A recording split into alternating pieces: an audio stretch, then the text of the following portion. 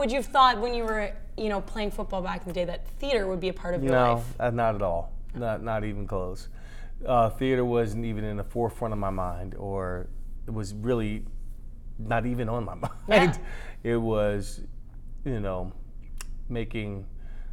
the best football player I could be, making the Pro Bowl, making the Super Bowl, accomplishing a lot of team goals and individual goals. That's what was at the forefront of my mind at a particular time.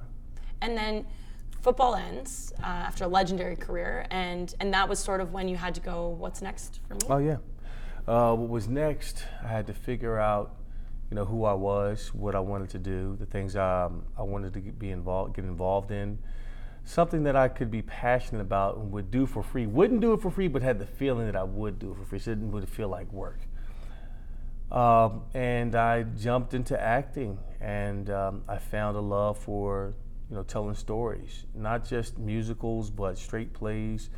I've done over a 13-year period, several different productions, from contemporary work to traditional work to Shakespeare. Now, been doing Chicago the Musical for almost 2 years now, and each and every time I do something different, it just sharpens my tool, it sharpens me to do something else. It leads to the next opportunity. And when you had go back to that first theater opportunity, what was that like? It was daunting. It was highly stressful. It was full of fear. And it felt like I was on the edge of jumping off of a bridge with a little parachute. Just a little one, not a big one. Not a big one. Even if I did have a big one, it's like, what am I doing up here? Why am I doing this? It was devastating when I didn't do well, and I wanted to go back and do it again, and I did, and I just felt more and more comfortable on being on stage. And I still get nervous because it means something to me, but when I'm out there, I just allow the character to do his thing. And what kind of things did you do to really become the character? Like, when you were training in football, there would be elements of studying and watching tape. Yep. How do you prepare for a role on Well, stage? I get the words, the lines down, number one. I try to find out who the character is, whether it's information given there on the script, through what the character says about himself, what the other characters say about him, and what the playwright says about the character. I find out a lot about who he is within that, and then if there's not much information on his backstory, I find it helpful for me, no matter how many lines I have, whether it's one word or several lines, it's important for me to understand who this character is from the time he was a child, his influences, who were his mentors, who were his enemies, was he in the sports, what was his relationship with his mom, his father, his brothers, his sisters, because all of that makes a difference to, why are we sitting, me saying the lines, like, why are we sitting at this piano, and where that comes from. Having an understanding of who the character is as a whole person is so important for me in terms of doing my homework. So I'm coming from a place of power versus guessing and just hoping that something lands, versus allowing it to come in a real authentic way. And that's kind of always been my process. And when you went through this process with Billy Flynn in Chicago, how did you align with this character? Did you find any parts in it that you felt you really absolutely got? Billy's all about the champagne life. Yeah. He's highly successful, but we don't know his backstory. So for me, in developing that, for my own interpretation of Billy, is he had to come from a great deal of adversity, a lot of no's in his life. Being a lawyer in the 1930s as an African-American male, there was a lot of adversity, into achieving what he has. And he found a niche in working in a women's prison and changing information to help them win, to help them get off, and he's been successful at that. And he's experienced that life. So, all of that has come, all of the success came through a bunch of failures earlier on. So me knowing that, it's coming from a different place. So how I interact with a Roxy or a Velma or Hanyak or whoever is on stage, in my mind is you're $5,000, you're $5,000, you're $5,000. There's no intimacy at all, within all of that. It's business first. Don't get me wrong, I love the ladies, but it's business first. He's very cut and dry when it comes to that. There is no, it's as funny as it sounds, there's no moral issue. Right. He's not going to blur the lines with women in his work. So I can get it from a discipline standpoint of what he, how he's become successful in his career.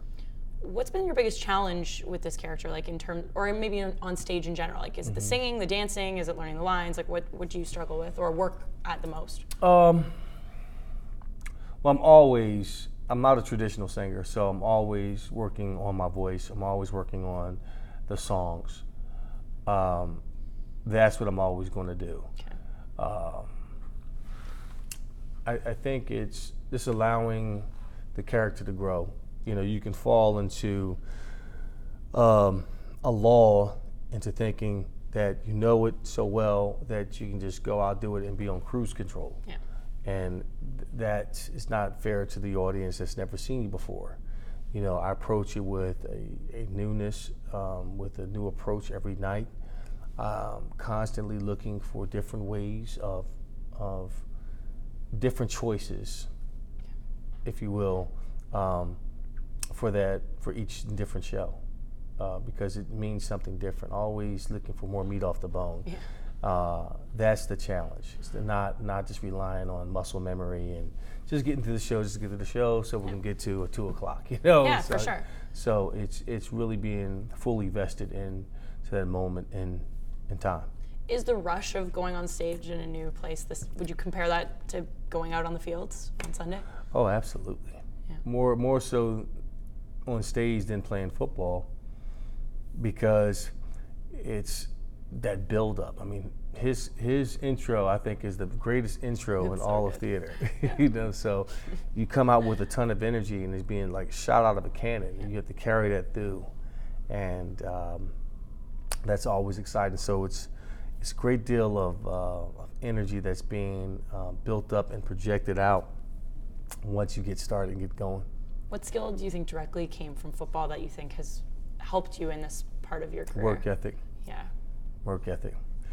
In acting, and in other endeavors that I've encountered in my life, it's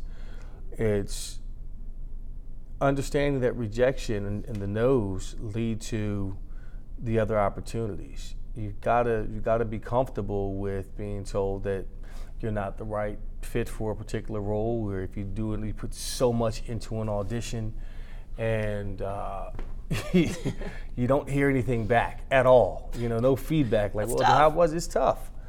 It's like, dang, I thought I nailed it. Right. And then you're like, well, am I in the right profession? Should I be doing this? Maybe I should sell insurance. You know what I'm saying? That's kind of what you do. So it's been getting used to that, and you go in, you put your best foot forward, you leave everything out there, and for that brief moment, whether you get the part or not, you live that part for that time being. And if you get the recurring opportunities, then so be it. But it's just constantly showing up and having the faith and keep working and keep chipping away, keep working your craft, keep developing, keep growing, keep being open, and that hopefully that break will happen. Has there been a role that you've sort of eyeballed now that you really would love to, if you could have your dream role on stage, what it might be? I think right now I would love to get back into Shakespeare. Yeah. I would love to play the role of Richard III. That he has a physical element that I haven't yet had the opportunity as an actor explore. I would love to delve into that, and Richard is evil, with evil intent, but in his eyes it's justified. You don't seem very evil. It's going to be tough. And you got to dive into that. But that's the key. You know, is it evil or is it my destiny? Is it righteous? And killing you in order to get what I want makes it okay. And I'm used to doing that. Yeah, I've been used to doing that. In order for me to score, I had to run through somebody's throat to get that. And there was no problem with that, and it's justified. And you understand that. You understand the rules of war. So you can be a nice person, but at the end of the day, if we're engaged in a certain environment where I have to kill you to get what I want, those are the rules. Get it done. You just do it with a smile on your face. And then everyone forgets. Forgive and forget. Right. A little bit off track, but I have to ask because I saw it. Super cool. You got to stand with Sheryl Crow and get the towel going for Game 7. Didn't go the way I'm sure you were hoping, but you're a big Nashville Predator fan, living in Nashville? Yeah, big Predator fan, Predator and Flyer fan. I can't forget my Philadelphia roots. I got the Predators jersey on, but then underneath it is the Philadelphia Flyers through and through. Nice. And both teams, my God, the Flyers out in the first round. Yeah.